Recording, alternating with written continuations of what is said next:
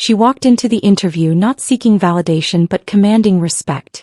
Despite the dismissive reception, the subtle digs, and the outright doubts thrown her way, she held her ground.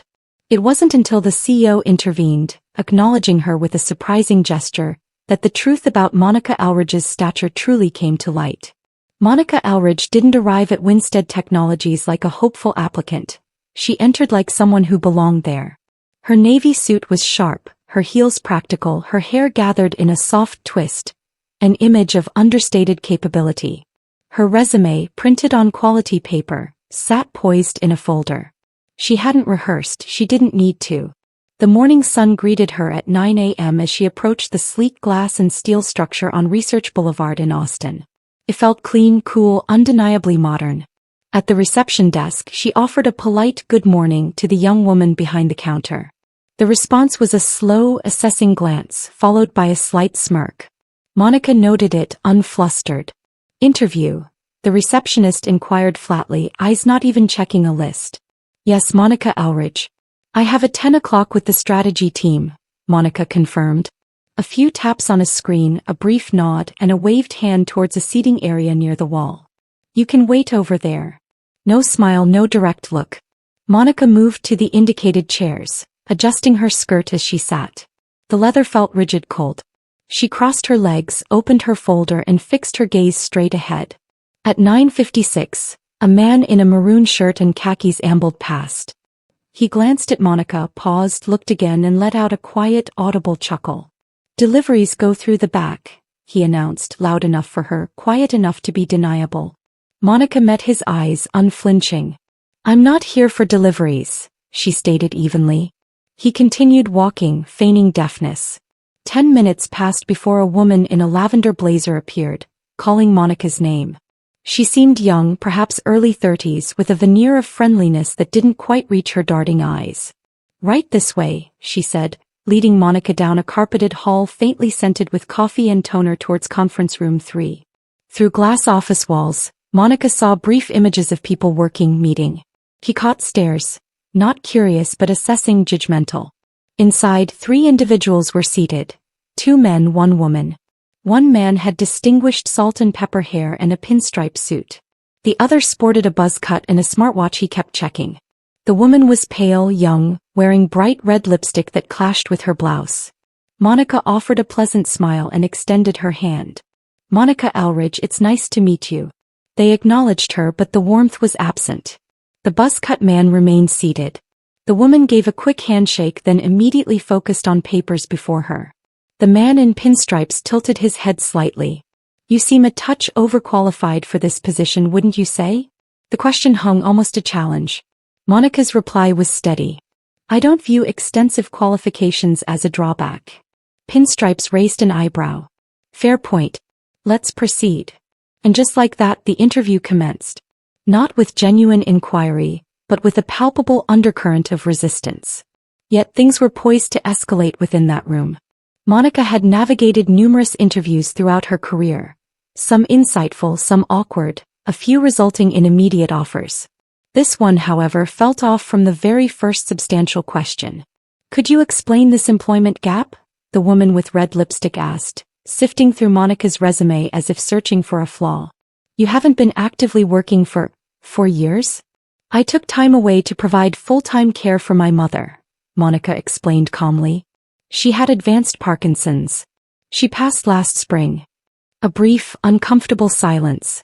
The buzz-cut man offered no sign of acknowledging the personal weight of her words. And how can we be certain you've kept current? He asked, leaning back. A lot changes over 4 years. Monica maintained her composure. That's true. Which is why I've spent the last year consulting on various short-term projects. I'm prepared to discuss recent case studies if you'd find that helpful. Buzzcut gave an unimpressed nod. Sure, but substantial corporate strategy isn't really something you can just drop in and out of. She met his gaze directly. You might be surprised what one can remain sharp on when they've been involved long enough to influence the foundational principles. That quieted the room momentarily. Then came the next query from Pinstripes. You were a director at Olden Rowe Partners? Why would someone with that caliber of experience apply for a mid-level role here? Monica didn't hesitate. Because I understand this company is undergoing significant transformation, and I'm drawn to organizations committed to building enduring success. Rank holds little sway for me. Vision, however, is compelling. Again the pause, the lack of overt reaction. Monica recognized the unspoken question. Why her? Not someone with her resume, but someone with her composed strength, her quiet authority, her presence. Red lipstick offered a small smile that didn't reach her eyes. Well, we prioritize results here. We value team members who can collaborate effectively without allowing personal issues to interfere. Results resonate most strongly, Monica replied, still calm, when the audience is truly listening. But I appreciate that some environments aren't accustomed to certain voices. Buzzcut emitted a breath that was dangerously close to mockery. Let's look at the figures, he said, tapping his printout. Your cover letter mentions leading a restructuring project that yielded over $4 million in annual savings. Is that figure verifiable? Absolutely, Monica affirmed. The team I directed consolidated vendor contracts across 3 departments. I have supporting documentation should you wish to review it. Pinstripes waved a dismissive hand. We'll get to that later. Let's discuss something broader. Your approach to navigating resistance within a team that doesn't immediately align with your direction. I begin by listening, Monica stated. Then I ask more insightful questions. People need to feel heard before they're willing to follow. Red lipstick raised an eyebrow. That sounds rather idealistic. Monica offered the faintest smile. Perhaps. But I've seen its effectiveness. It was then she understood. Their objective wasn't to evaluate her qualifications. It was to gauge her tolerance, to see if she would falter, lose composure, or retreat under pressure, confirming their implicit belief that she didn't fit. They weren't interviewing a candidate. They were testing her resolve. Yet Monica didn't lash out. She didn't shrink. She sat, poised and elegant, responding to every condescending probe with unyielding grace. There were moments she felt the urge to leave, not out of discomfort, but from a clear sense that they were unworthy of her time. Still she remained, not from necessity but from deliberate strength. She owed them no explanation for her presence. She offered them the undeniable force of her capability. What they failed to grasp was that Monica was no stranger to such dynamics. They looked at her as if she had something to prove, as if she were an unknown quantity who had simply shown up with a hopeful application, requiring their validation. They saw themselves as doing her a favor by allowing her entry into their circle. They didn't know her story. Monica Elridge's roots were in Bakersfield, California. Her father, Clarence, drove long-haul trucks. Her mother, Roberta, was a respiratory therapist working night shifts at Memorial Hospital. Resources were modest, but pride was abundant, a legacy they instilled in their only daughter. By age 10, Monica was engrossed in the Wall Street Journal her father brought home weekly. "Want to know where the real power moves are made, baby girl?" he'd say, tapping the front page. "Right here. Not on the screen." She absorbed every word. In high school she tutored economics. By her senior year she'd secured a scholarship to Spelman College. She majored in economics, graduating summa cum laude, 3rd in her class. While classmates celebrated graduation, Monica packed 2 bags and flew to Boston for a summer internship at a prominent global consulting firm. That internship became a job offer. That job blossomed into a remarkable career. She didn't just climb the corporate ladder, she fundamentally reshaped it beneath her. By 33 she was among the youngest senior strategists at Hensley Klein, a Fortune 100 powerhouse in Minneapolis. Her name appeared in industry publications, she lectured at top universities, she led teams, closed deals, and advised boardrooms populated by men twice her age. Then her mother fell ill. Parkinson's makes no allowances for career trajectories or corner offices. Monica took a leave, extended it repeatedly, and eventually resigned. She returned to Bakersfield, devoting herself to Roberta's full-time care, appointments, medications, therapies, feeding tubes. "I can always find another job," she told her mother once. "But I only have one you." For 4 years Monica's professional profile faded from LinkedIn feeds and magazine lists. But she didn't fade from herself. She read, she kept her skills sharp, taking on low-profile, project-based remote consulting work when possible. She didn't require external validation to know the fire still burned within her. After her mother's passing, Monica allowed herself time to heal, to grieve, to reconnect with the person she was before the demands of caregiving. When she was ready to re-enter the workforce, she wasn't seeking just any position. She sought one with genuine purpose. Winstead Technologies caught her attention for a specific reason. A quiet conversation with Patrice Cowell, a young black woman she had once mentored, now a senior analyst in Winstead's finance department. "They're trying to initiate changes," Patrice had shared, "but there's significant resistance. Pockets of the old culture remain." "Pockets?" Monica had asked.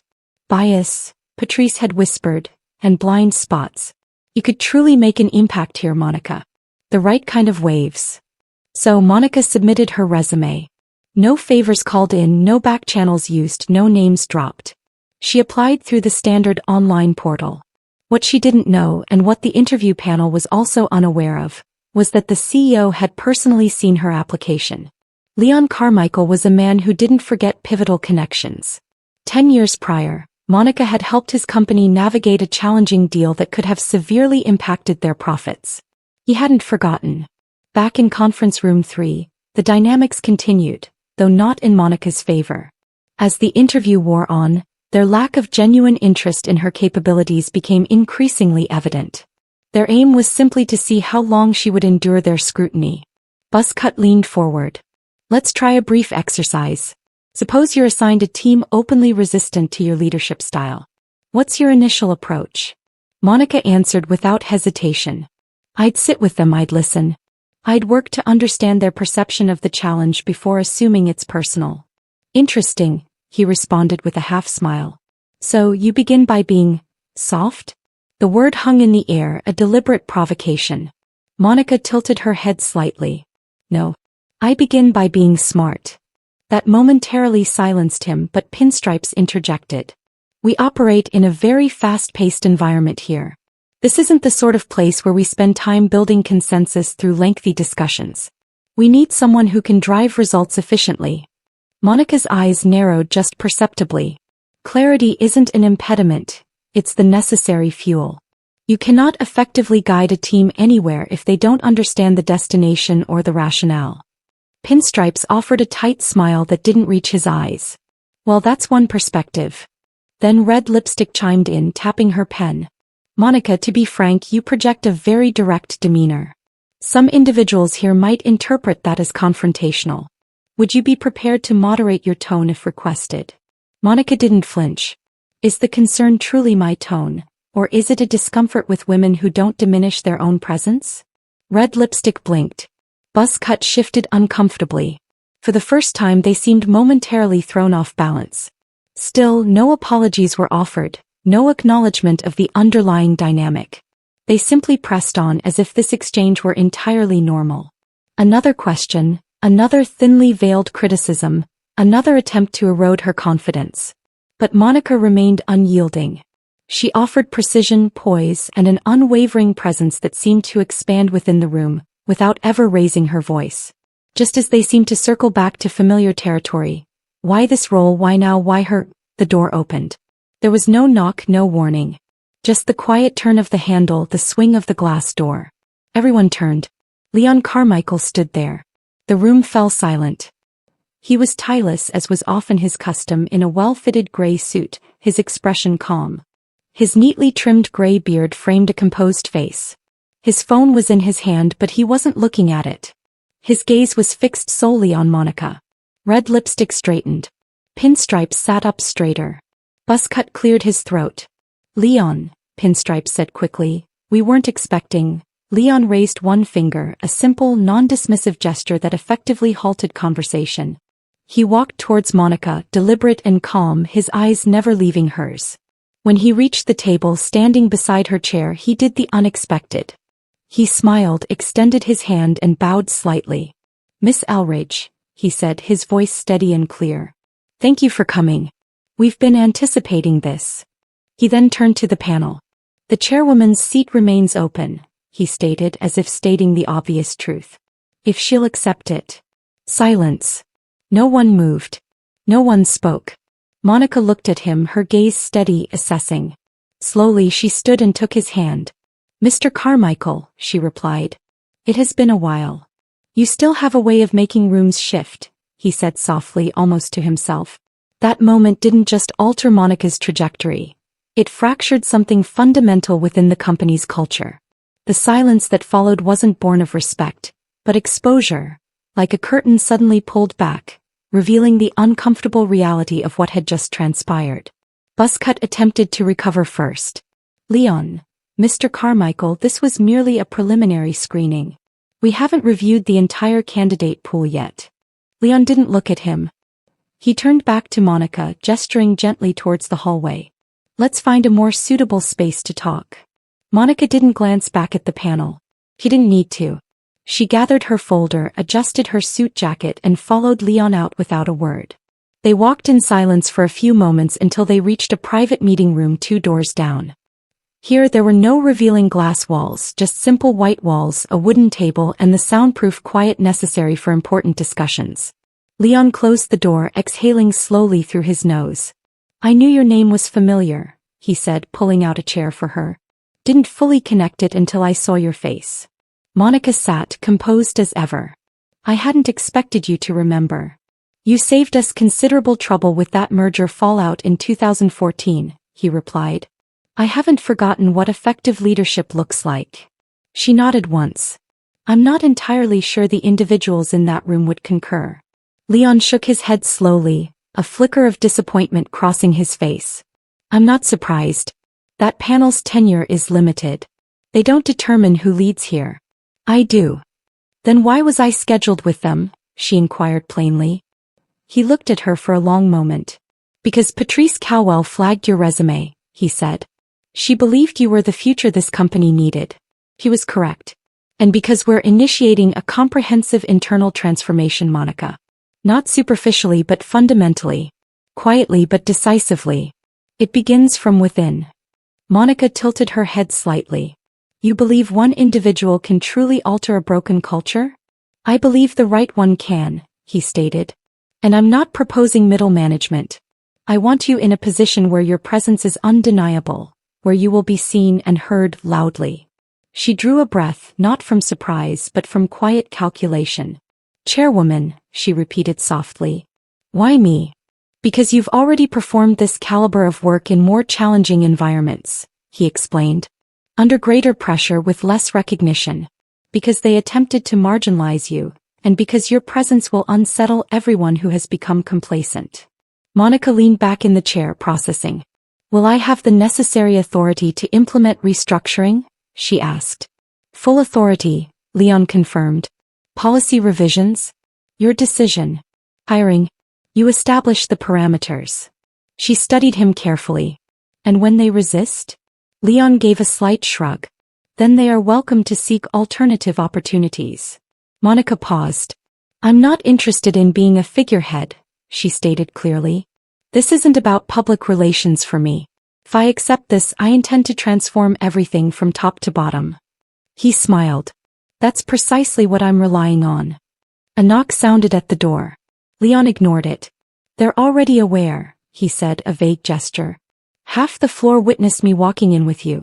The information is likely circulating.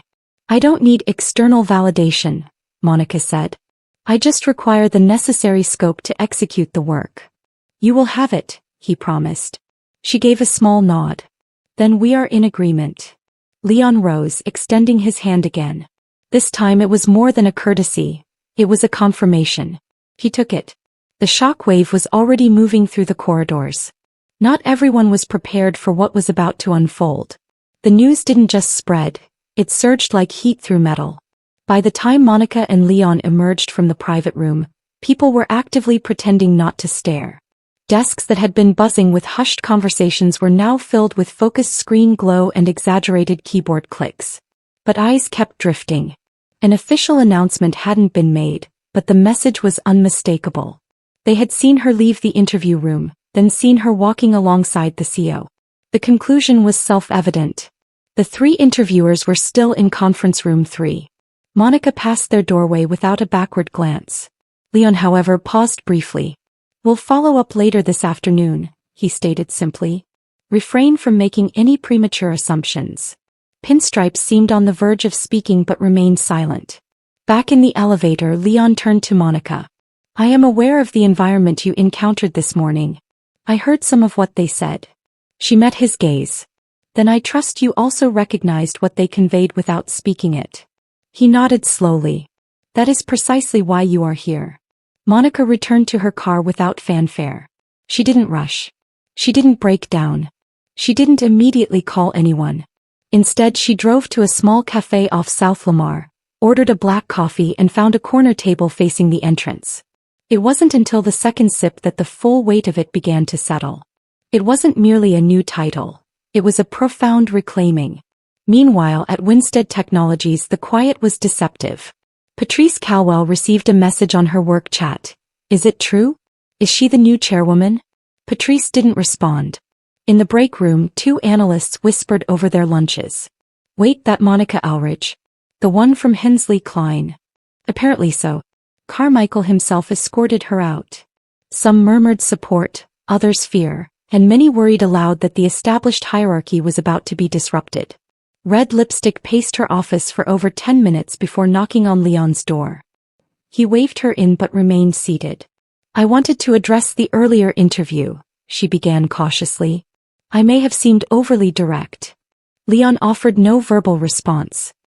I merely want to clarify that my intent was not to. You don't need to complete that thought, he interrupted calmly. However, you will undergo a complete review of every interview you've conducted in the past 2 years. She blinked. Is that necessary? I'd say it's overdue, he replied, his expression unreadable. She swallowed, nodded once and exited. Monica received a formal offer later that afternoon. It wasn't simply an executive role. It was an explicit mandate to restructure the company's leadership division, to overhaul hiring practices, rewrite the foundational policies, and provide substantive oversight to the diversity initiatives, not just in name but in tangible action. She didn't accept immediately. First, she requested one-on-one meetings with each executive director. No assistants, no preset agenda, 1 hour per person. Some readily agreed. Others delayed, but all understood the implication. This wasn't just a new hire. This was a fundamental shift.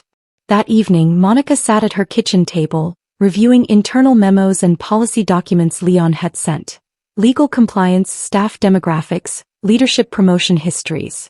The comprehensive data confirmed her earlier observations. The numbers echoed the dismissive looks she'd received in that interview room.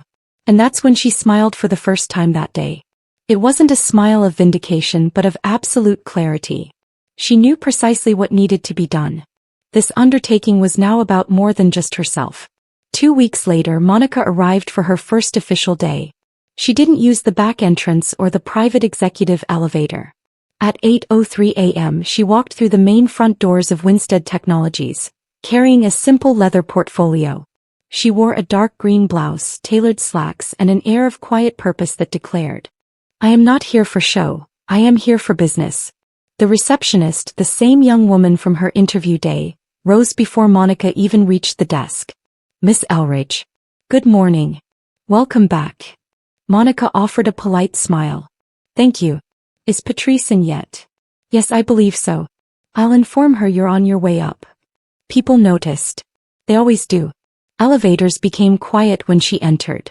Conversations paused. Some were cautious, unsure how to interpret her presence. Others actively avoided her, keeping heads down, comments in hushed whispers. But Monica didn't flinch. Her objective wasn't to cultivate friendships or rivalries. It was to construct something designed to last beyond her tenure. By 9 a.m. she was in a closed-door meeting with senior leadership. 11 directors, 3 VPs, Leon Carmichael, and 2 HR officers seated around the table. Monica remained standing. No slideshow, she stated. No charts. Just one question. She looked around the room slowly, meeting eyes. How many of you can honestly say you have been challenged, genuinely challenged, by someone who does not look like you? Silence. She waited. One director, a woman in her 50s with a sharp bob, cleared her throat. I don't believe we are resistant to being challenged. That was not the question I asked, Monica replied. More silence. I have reviewed every hiring report, promotion file, and disciplinary record for the past 5 years, she continued. I have identified the patterns. Some are unintentional, others are not.